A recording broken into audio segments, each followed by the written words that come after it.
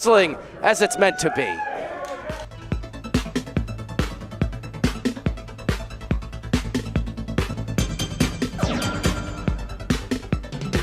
All right, wrestling fans, this is Joe Kazana, and this is my podcast. And with me tonight, probably one of my top 2 or 3 bucket list podcast guys that I wanted to talk to.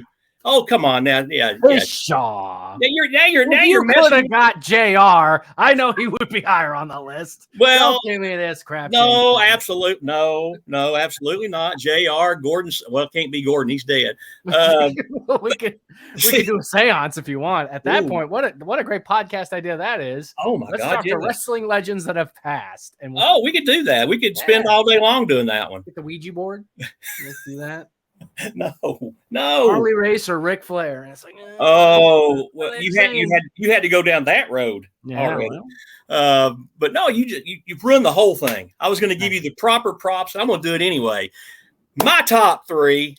This young man right here, the voice of the National Wrestling Alliance, a great voice of the National Wrestling Alliance. Ladies and gentlemen, it's time. It's Joe Galli time. That's me, baby. That's me. How you doing, man? I'm living the dream. Living the dream, baby. Every time I talk to you, you tell me you're living the dream. It's I'm very blessed. There's a lot of people out there that struggle and they can't really find their way into the things that they're passionate about. And I feel like that's such a struggle for a lot of people out there, whether it's like you're a diehard baseball fan, but you have to go into the factory every day to, pay for your family and whatnot. So I'm very fortunate that I've found myself in a position where I get to work in professional wrestling all the time. And man, it's a blessing, that's for sure. And it's stressful and it's hard, and you could make more money doing other things, and there's definitely downsides to it. But at the end of the day, it's what I'm passionate about. I spent, like 15 years to get to this point, so might as well enjoy the ride while it's here, because God only knows how long it'll last. It's television, baby. Exactly, right? I mean, but you are with the. And again, this is me talking because this is my generation. You're with the best company in the world. There's no doubt in my mind. The National Wrestling Alliance, that has always been my home, and it's always been my family's home. Even when my granddad was promoting, he was under the NWA banner. And I can't think of a better company to work for anyway. So you truly are blessed to be able to work for the NWA. Yeah, and to have any job in wrestling, it's hard. It's hard to get to break in and to find a spot where you can be and where you could fit in and to make a living at it. It's a challenge for a lot of people. And true. I'm very fortunate. I'm thankful every day. I wake up, and even when I was in my previous job, when I was working in news for over a decade, there were a lot of times where it was a stressful job or it was a hard job. And there were days where I didn't want to go into the office, and I knew I was going to get chewed out by a news director for whatever reason. But, I got to do a lot of crazy experiences, and I got to also just be a storyteller, which has always been that's the line that's connected my whole life, my whole adult life, is just storytelling.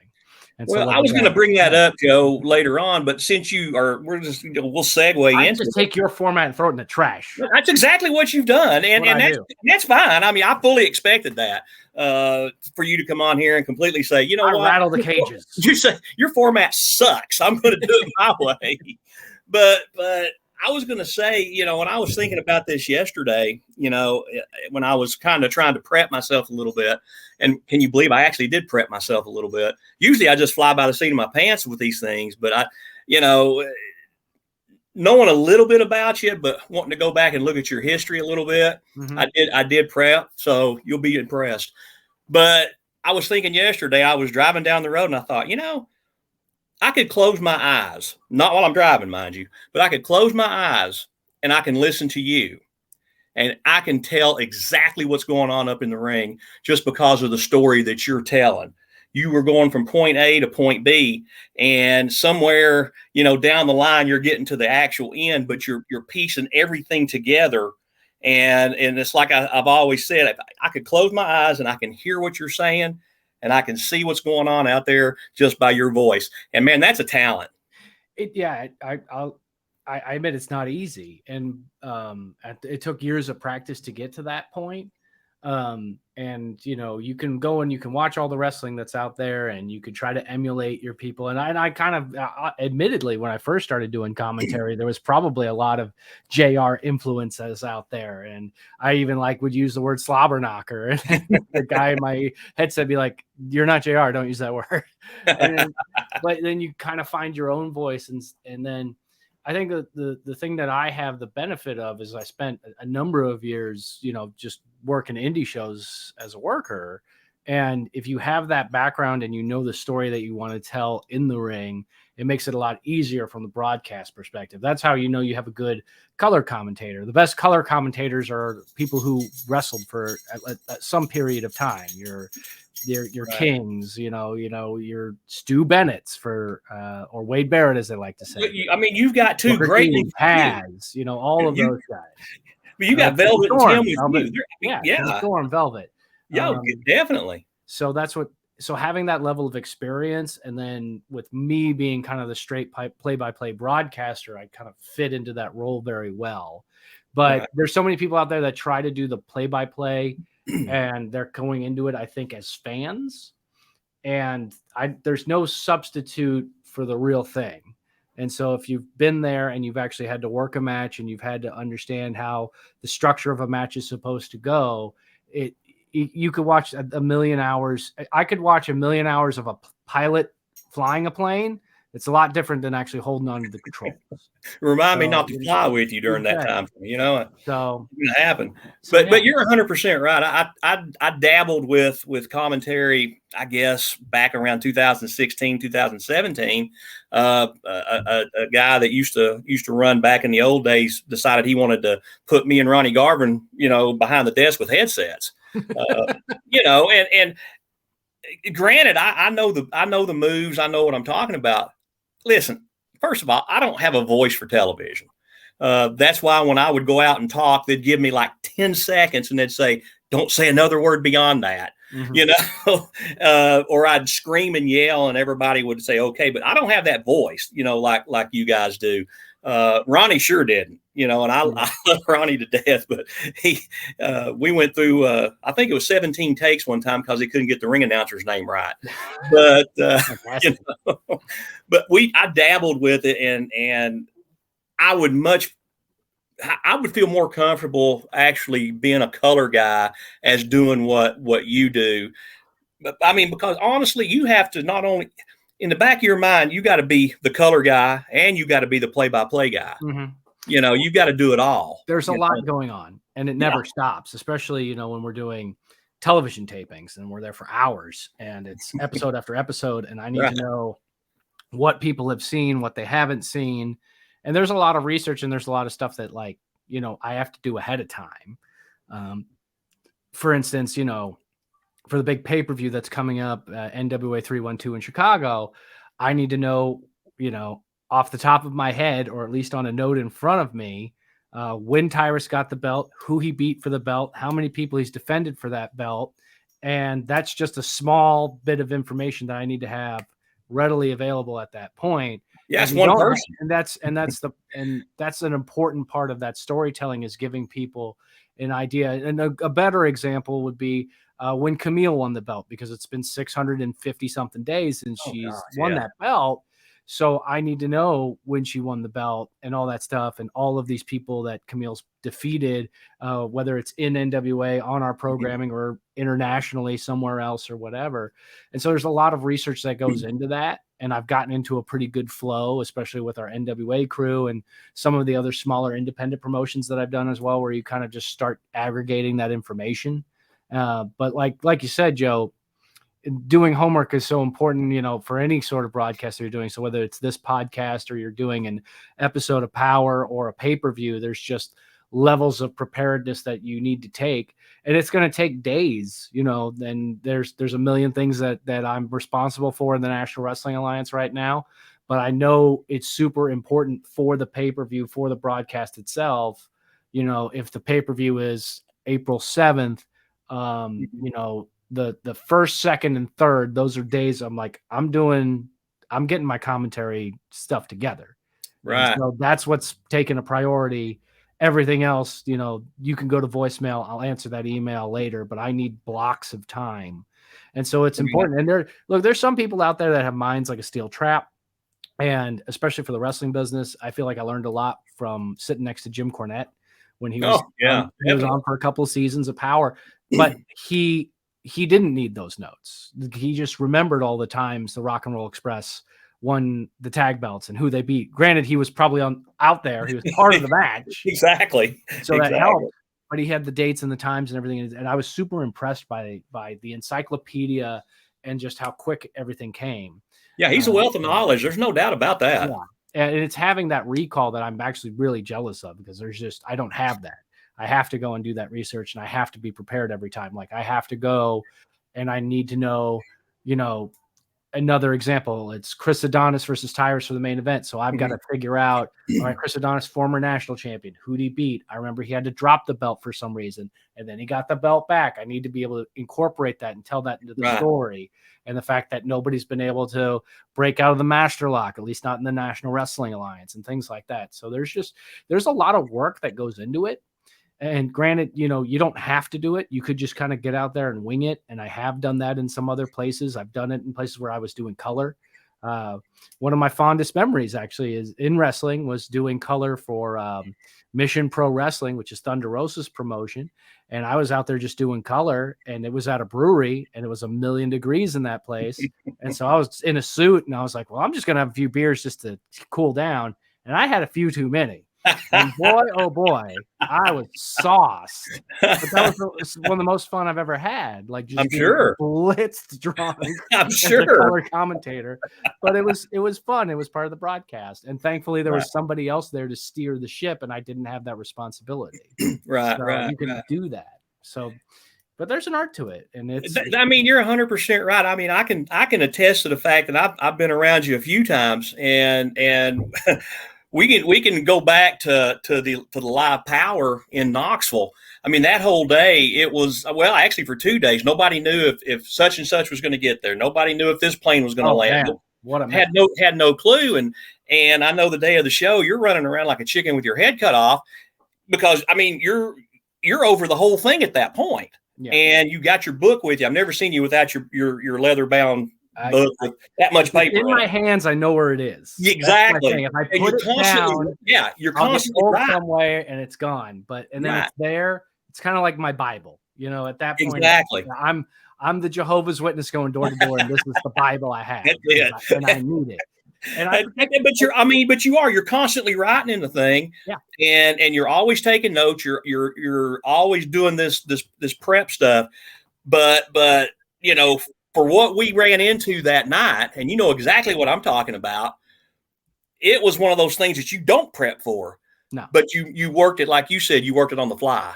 You have to, and it worked. That's the other thing is I thrive in the live television environment very well. I think that's what made me such a success, especially early on in my news career. Is there's a lot of people out there that have a natural wiring to where when they're live on television, you freeze for some reason. And I think I'm just broken enough to where I don't have that wiring, which is a good thing because it allowed me to be very natural right off the gate, which, you know, most kids leaving a journalism school, it takes them a long time to get that seasoning and to get all that in. Whereas with me, I was like a fish in water. And so having that and being able to translate into wrestling as well as I think was one of the reasons why I've been so successful with it is I'm going to get through this and there is no extra take. You have to do it live. You have to do it on the spot. In the same way, you know, you get wrestlers out there that, you know, if they can go out and they can be natural and they can cut that promo, especially if they can do that at a point where they're early in their career and they can work the mic really well and they can work the crowd and they'll have that confidence at a young age, it really sets them up for a lot of success later on in life. And exactly. So talking about, you know, Tom Pritchard in his school and Jazz at her school and, you know, anybody that you're training, you know, that character development, that microphone skill is so important, you know, and arguably if and I'll take it as an angle here as a guy who doesn't take bumps anymore. It could be the most important thing, because you could go for a huge point of your career and sell tickets and have people be interested and never take a bump, never do an arm drag, never take a drop kick. But if you can go out there and you can talk and you can deliver and you can be captivating, that's going to sell the tickets. That's going to put asses in seats. That's going to get people to buy the pay-per-view. And you don't need to do the other stuff. You talk them in the door, man. That's how you do it. And you could do it forever. And you could do that for as long as your mind is still there.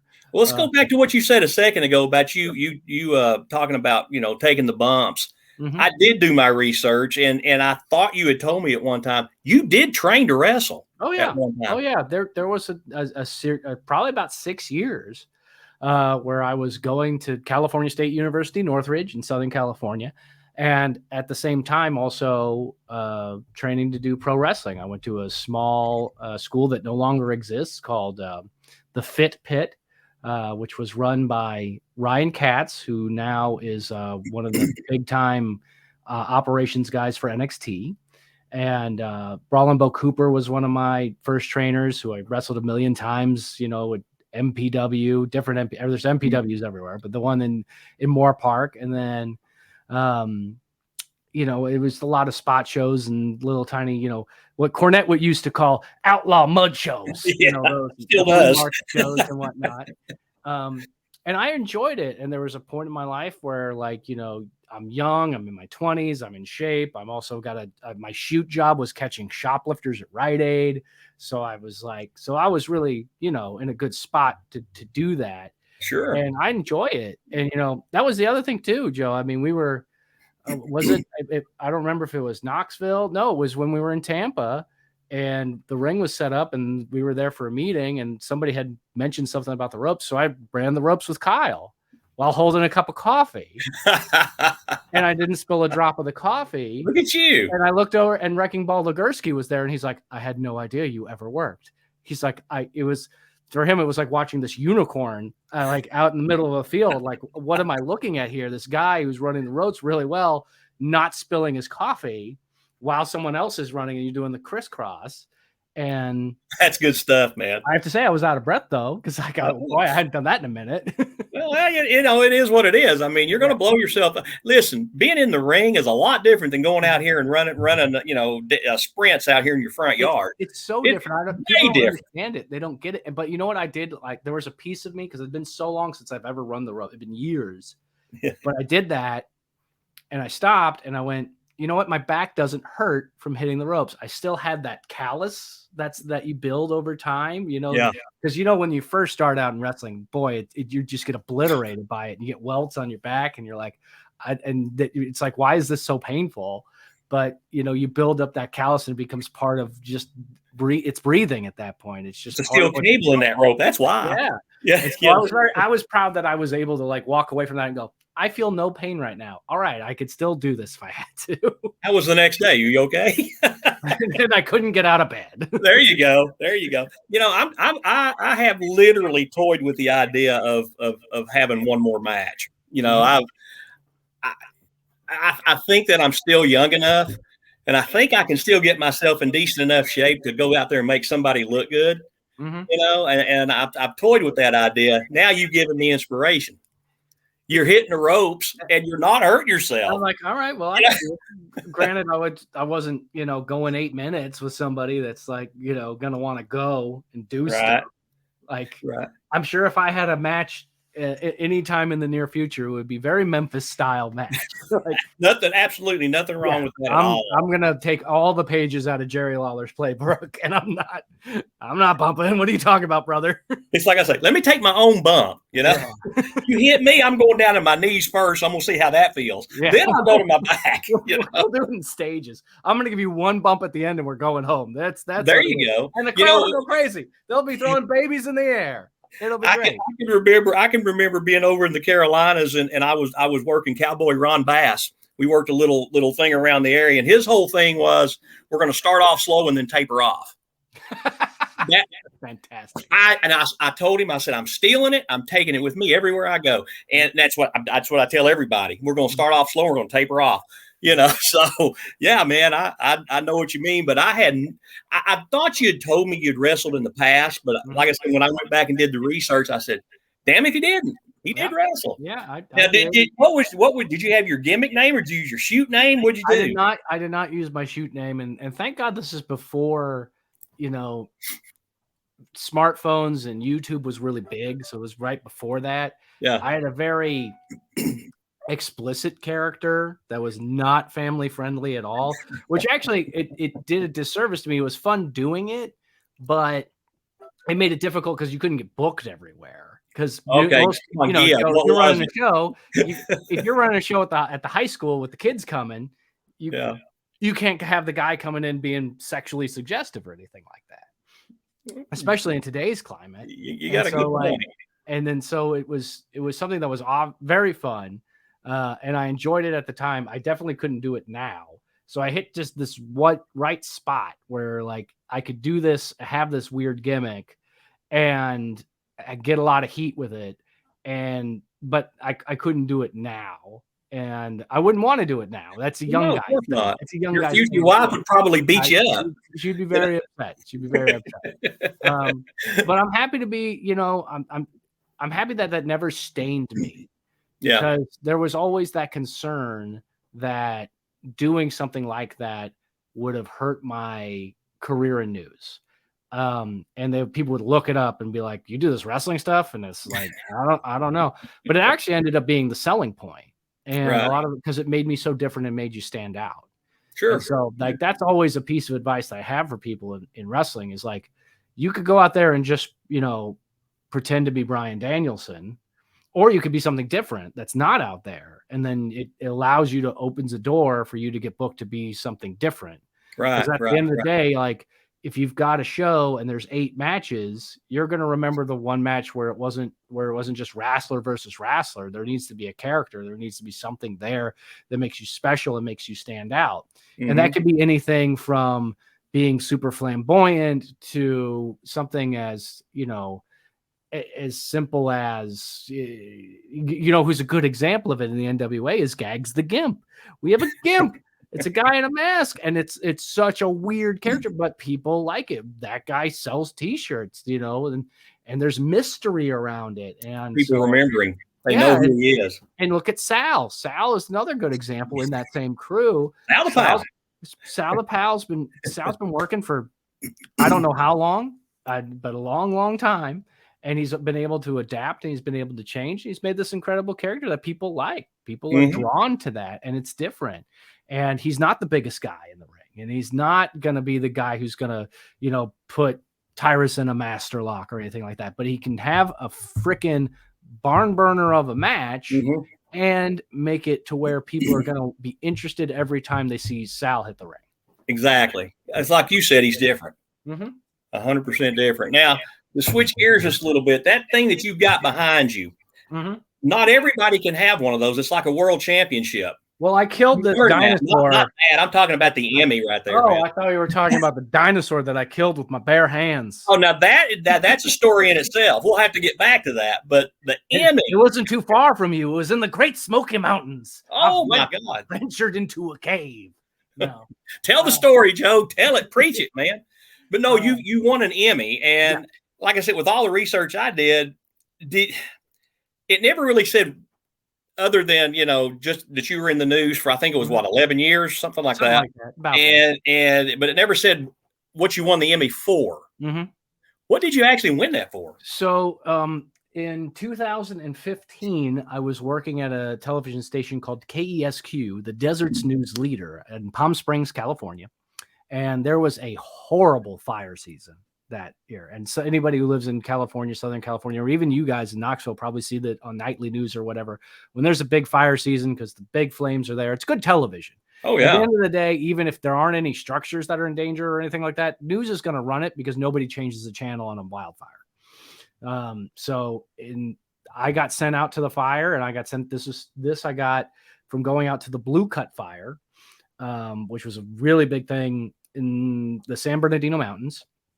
And it's one of those stories that I just was a day put it together, getting the shots of the helicopters with the water dropping and all that sort of stuff. doing my live reports and stuff. And I'm just in the yellow, fire retardant suit and all that. And so the Emmy actually was for the entire newscast, but mine was the lead story of that newscast. So I get the trophy that comes with it. That's awesome, man. Yeah. I mean, it really is. That's really cool. There are certain things that I do miss a lot about news, and covering natural disasters is one of them. You and Jim Cantori. Yeah, it's like there's an adrenaline rush that comes with it.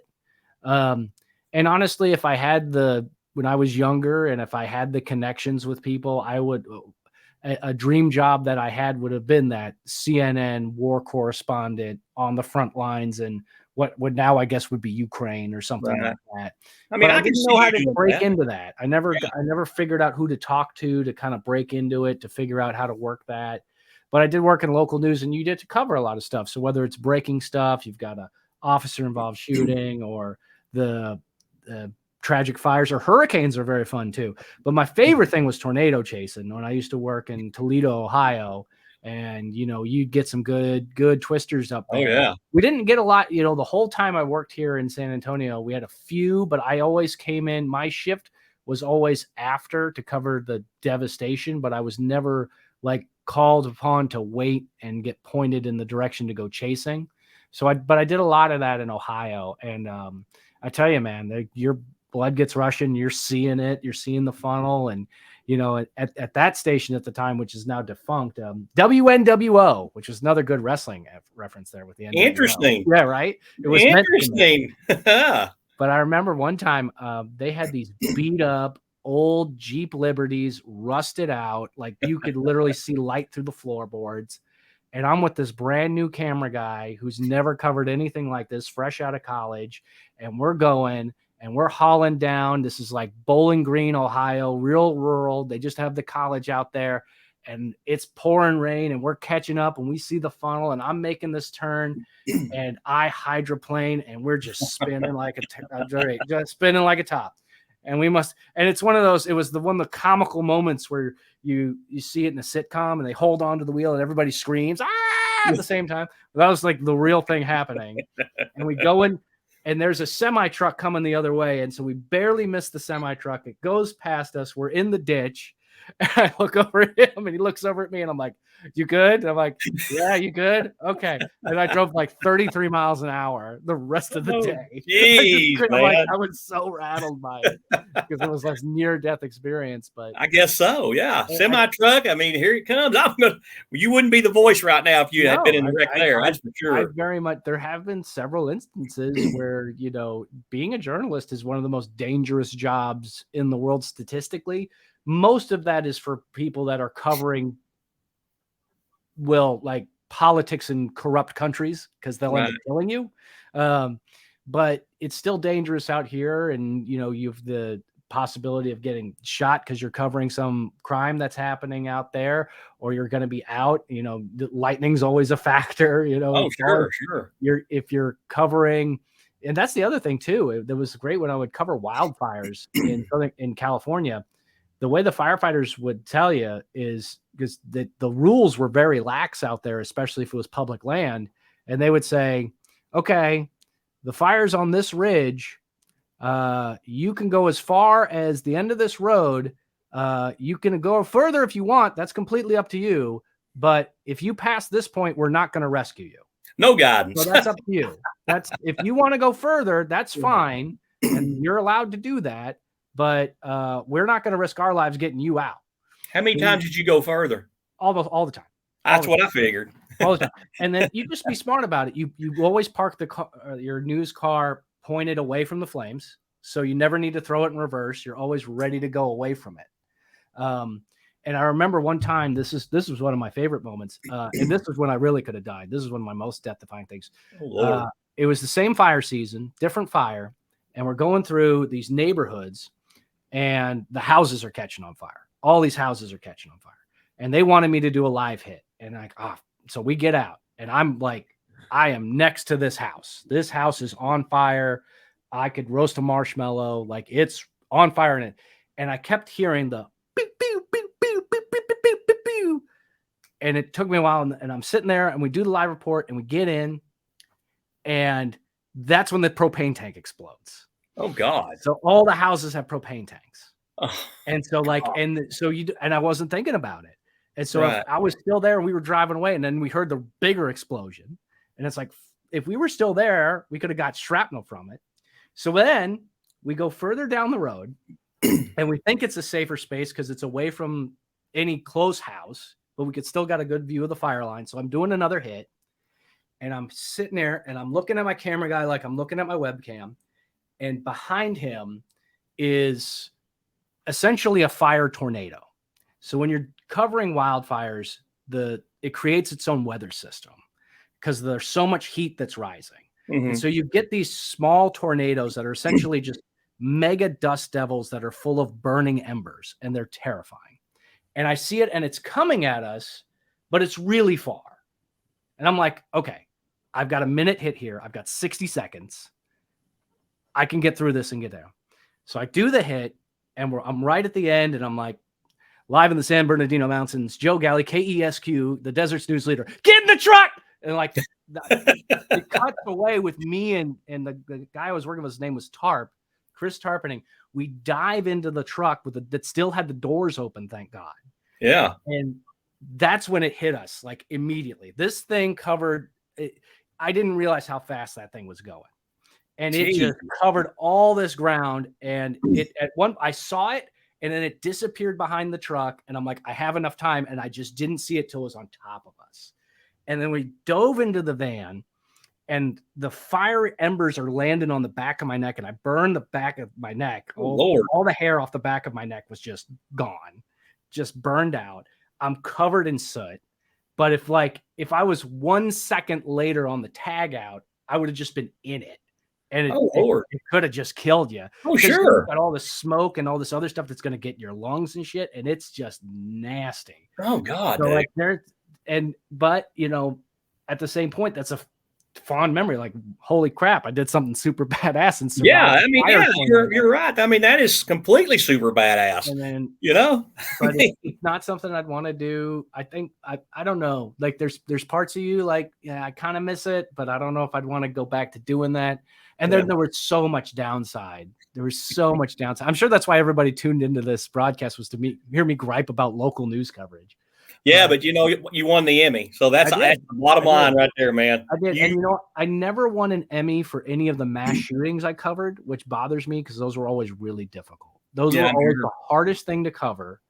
It's like soul crushing, and it's demanding. You're out in the elements, and you're out there sometimes for days.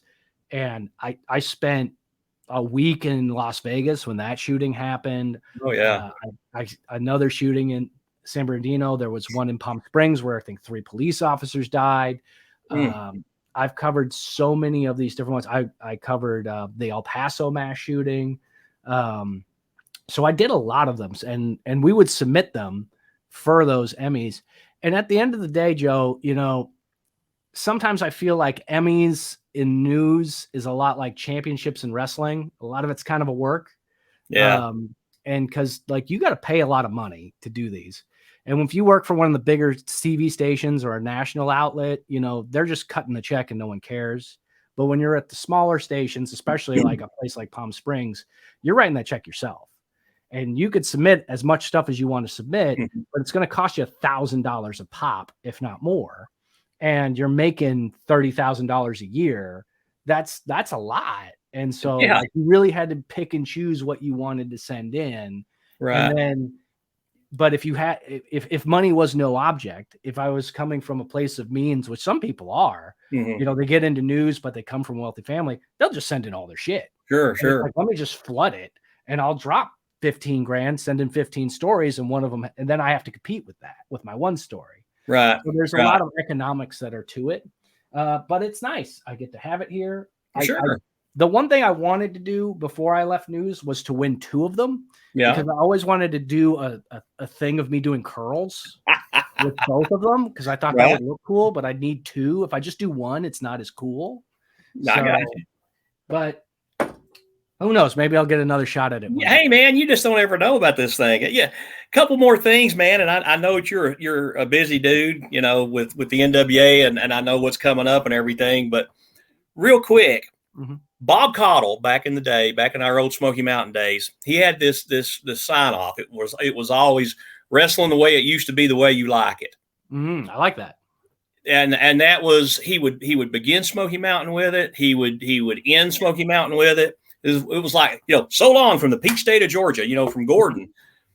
Your phrase that you come up with, and I'd like to know just how quick and how you did that, was wrestling the way it's meant to be. Mm-hmm. I love it. I'm going to give credit where credit's due. I did not come up with that. I believe Kyle Davis is the one that came up with that. And then it just became something that Billy liked. Right. He was like, well, use that. And so that's the tag out before you crash into the open. Right.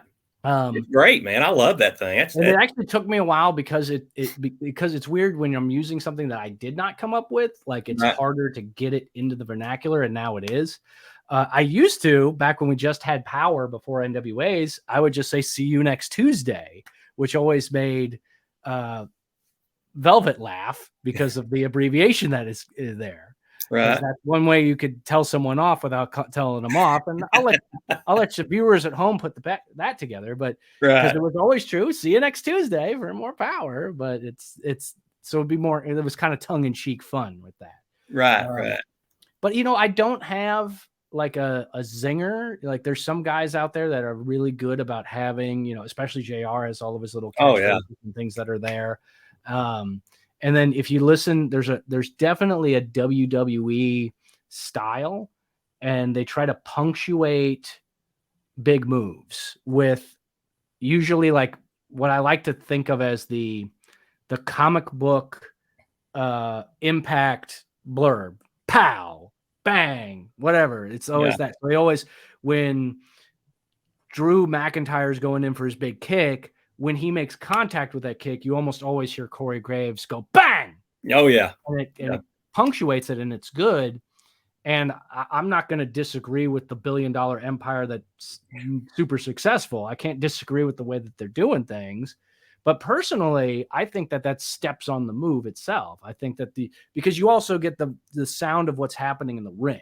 Mm-hmm. So I would rather hear that impact of the bump or the contact that actually happens from a move, as opposed to me stepping on it by basically just saying a sound, making a sound. Sure. And you say that exactly. I mean, it was said in my day too, but Jared Fritz, referee with the NWA, has always said, always make sure that the referee's got his back turned and you don't make him look like a fool. Right. And Tommy Young said the exact same thing. And I'll never forget that as long as I live. Don't make me look like a fool. He said, because I can make you or break you. Yeah. And I always lived by that back then. Yeah. And I hear Jared say it all the time. And it's like, it comes full circle. Yeah. Don't S on the referees. Right. And you said the same thing. You don't mess up somebody's move like that and say, exactly. Wow, it's one of those things. And then there's a level of disbelief. They go, and what if they miss? Sure. I look like an idiot. But then your sound effect's great. I guess that covers it up too. Maybe that is the thing. I know the kick's coming wide, so I got to cover it. Right. Exactly.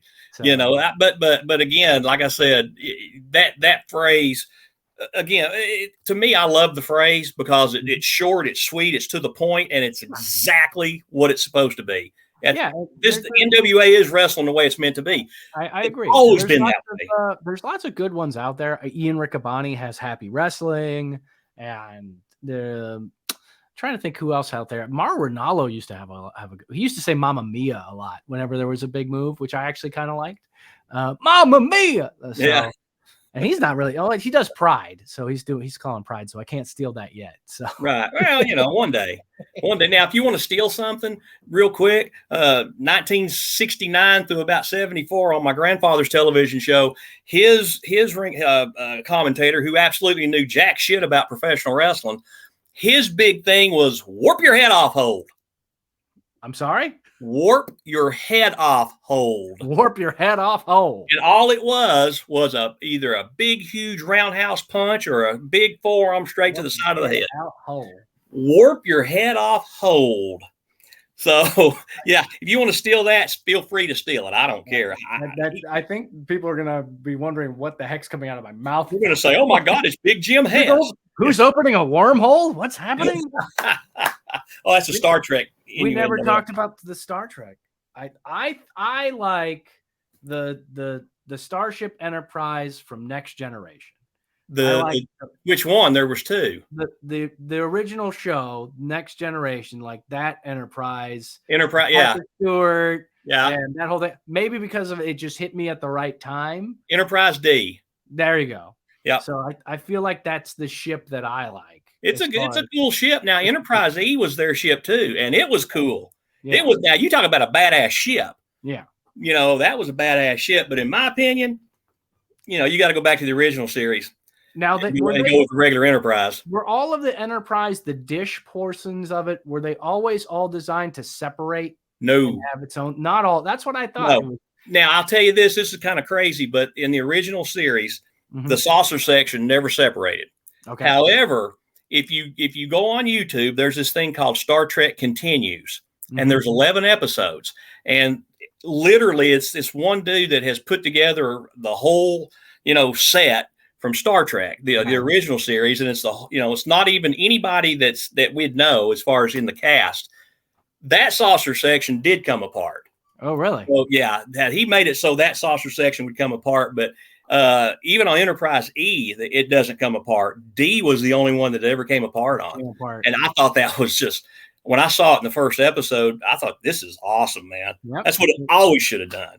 But you can tell behind me, I'm a big Star Trek junkie, man. You know, but this is my office, Star Trek and wrestling. You know, that's what I do. And what more do you need in life? I mean, that's at the end of the day, it's fantasy you can lose yourself in.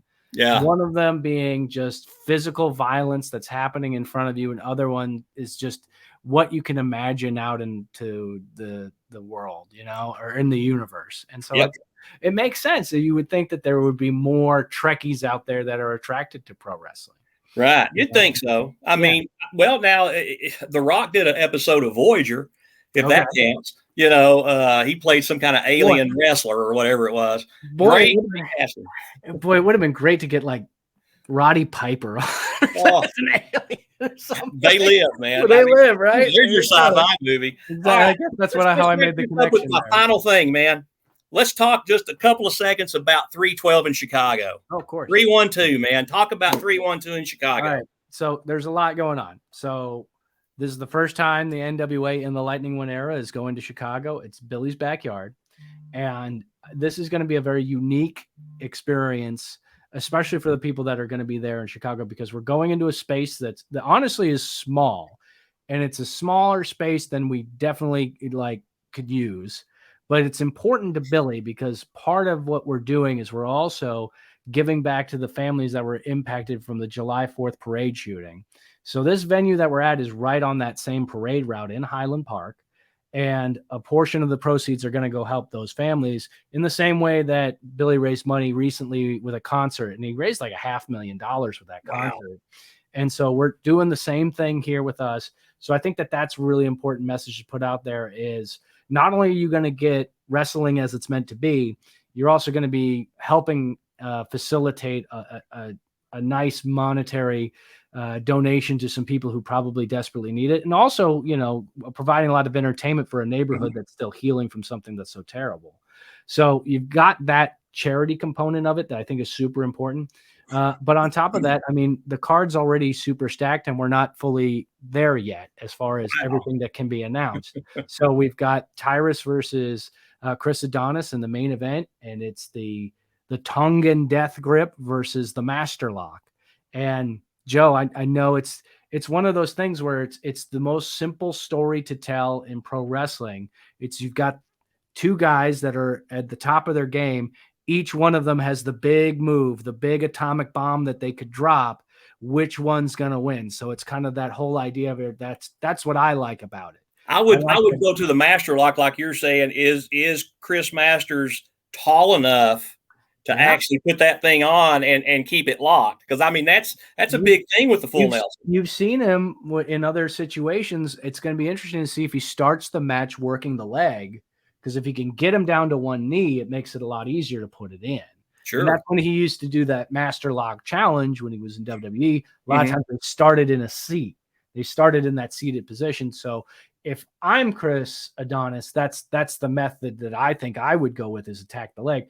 But Tyrus has to know that's coming. So he's going to find a way to deflect that as well. So it's all about, can he get it locked in? And if he can, we're going to have a new champ in Chicago. There's no doubt. That's the thing. Tyrus feels very confident. His shoulders are too wide. And I don't know if you saw a few of the recent pictures and stuff that he's been doing out there. It's not like he stopped going to the gym. No, he's absolutely. A big monster of a man. Oh, yeah. I mean, just because he's a little older doesn't make him, it makes Tyrus goes, man. It makes you wiser, and it makes you more deliberate with what you need to do. And you've taken all that experience, and now you know what you don't need to do. I think that's the important thing. And you could see that a lot with experience, not just in pro wrestling, but if you look at other forms of combat sports, you get a lot of veterans in there that they've reduced what they're going to do, because what they are going to do is going to be the most efficient thing for the moment. Right. So that's what really comes down to. On top of that, we've got Camille. She's defending the NWA World Women's Championship against La Rosa Negra, who's cashing in that Champion Series title shot. So that's going to be a real fun match. La Rosa Negra is an enormous, what a veteran from Puerto Rico. Oh, yeah. And there's going to be there's a big Puerto Rican and Latino group of fans that are in Chicago that are going to be there to support her. So it's going to be really interesting to see how the room sounds with that. Yeah, but she has never been in a ring with somebody like Camille. That's very true. I don't know how you prepare for something like that. I mean, very carefully. That long of a reign, and and then being dominant, not only just in the NWA, but a bunch of independent promotions, going down to Mexico, being victorious over Flamer at the World is a Vampire Festival, and then going back to Mexico and then being part of the American team that went all the way and won their bracket or whatever they called it. She's impressive. Oh yeah. And you could see her there at NWA 312. And if you can't be in Chicago, it's available on Fight. That's our streaming partner. You can order the pay-per-view there as well. And then a ton of other matches. AJ's going to be there. AJ's going to be there. They got a tough match against this. I've known Jack's a long time, and Jack how do you prepare for Troop? Jack Dane has won every championship in the NWA except for the junior heavyweight, because it doesn't qualify for it, and these United States Tag Team Championships. And the only reason he hasn't won those, I believe, is because they weren't active at the time he was doing tag team wrestling, and he was the World Tag Team Champion. True and enough. Then world champion and national champion. So he's won all the belts except for these that he qualifies for. Sure. He's never going to win the women's championship either. He doesn't qualify for it. But so it's an interesting thing there that he could add that to the ridiculous resume that he has. Having the tag team partner with Blake Troop. I mean, talk about a guy, and you see this all the time. You get guys out there that come from combat sports, they come from the cage, and they go and they make the transition into pro wrestling. And some people struggle. He does not. He has been able to take that offense that he gets from everything that he's doing in the cage and really use it to its full advantage in a pro wrestling atmosphere in the squared circle. And so it makes him dangerous. But at the same time, I know AJ, I've known Anthony Andrews for a very long time. Actually, I'll be at another show that he'll be wrestling here in San Antonio this weekend. Is that the RCW show? I'm calling the action. There you go. Part of the booth there. There you go. It's always fun. That's always just a fun show to go to, and I love it because it's down the road. It's one of those things of like, well, it's the local show. Of course, I'm going to work. Sure, you're going to go. You got to go. Fun. Yeah, I had Anthony in here this weekend, and he and AJ, 3 title defenses in 2 days. They took out one of the best tag teams out there on the independent scene in the Heat Seekers. Oh yeah. And honestly, the Heat Seekers aren't anything to laugh at. That's for sure. Former 4-time NWA World Tag Team Champions. We saw them recently in the Crockett Cup, and maybe we'll see them again in the Crockett Cup. That hopefully we'll be able to announce is coming back very, very soon. But on top of staying on top of 312, of course, we have the United States Tag Team matches that are going to be happening as well. And Kerry Morton's going to be defending the Junior Heavyweight Championship either against Alex Taylor or Joe Alonzo, they still have a number one contenders match that's going to be happening on the upcoming episode of Power. Right. So Joe Alonzo, he's gunning for it. That's his hometown. I watched him in Knoxville. A very impressive kid. Yeah. I mean, there's no doubt about it. He is Joe Alonzo gave Kerry all he wanted. He's one of them cocky young boys out there. Oh yeah. But it's cocky until you get to the point where you back it up. And if you become the NWA Junior Heavyweight Champion, then you definitely backed it up. Oh yeah, but he still has to go through Kerry Morton. Yep. Still, and Kerry's not, regardless of what people say, you talk about a kid that can go. Kerry can go. It was amazing watching him, and when we went to Mexico for the festival, Kerry was not well liked by the people of Mexico. It was interesting to see that. Tell me that. He was not well liked at all. But I think he was able to kind of lean into that and feed off that energy, and he really tore the house down. I guarantee he did. I guarantee you. Kerry has told me in the past that he kind of he leans that way a little bit. He said, Joe, it's not beyond me to break a rule or two. Yeah. I said, buddy, you got to do what you got to do to protect your championship. Well, plain and simple. So, 3-1-2. Just everything that you've mentioned right now, it's completely stacked. It is. It's going to be a great show. And then what's great is the next day we've got an afternoon and an evening set of NWA Power and NWA TV tapings. So it's going to be really fun. We're going to cram a lot of wrestling into those 3-hour blocks that's there. And it's going to be really exciting. It's going to be really Chicago's a great wrestling town. I always love it. It is. It is. And then, it's a holiday weekend, so people are going to be off. They're going to have time. They're going to, want to enjoy themselves and treat their families to something really interesting and really fun. Yeah. Well, it's like I told you earlier. I'm kind of going to sneak over to Wrigley Field that Sunday myself. I don't blame you, brother. Yeah, I'll take the wife over for her anniversary. So, I didn't. Listen, she has been after me for years to take her to Chicago and go to Wrigley. And I kind of try to put it off and put it off and put it off. So all of a sudden now she's got an excuse. So, but anytime I get an opportunity to see the NWA live, as long as I've been in this wrestling business, and we're looking at almost 40 years just for me, man, the NWA is second to none to anybody. I'll put that talent up against anybody, anytime, anywhere, and it includes the big boys. And it's like I've always said on this podcast, I talk to the people that I want to talk to. I don't talk about the WWE or AEW till I'm blue in the face.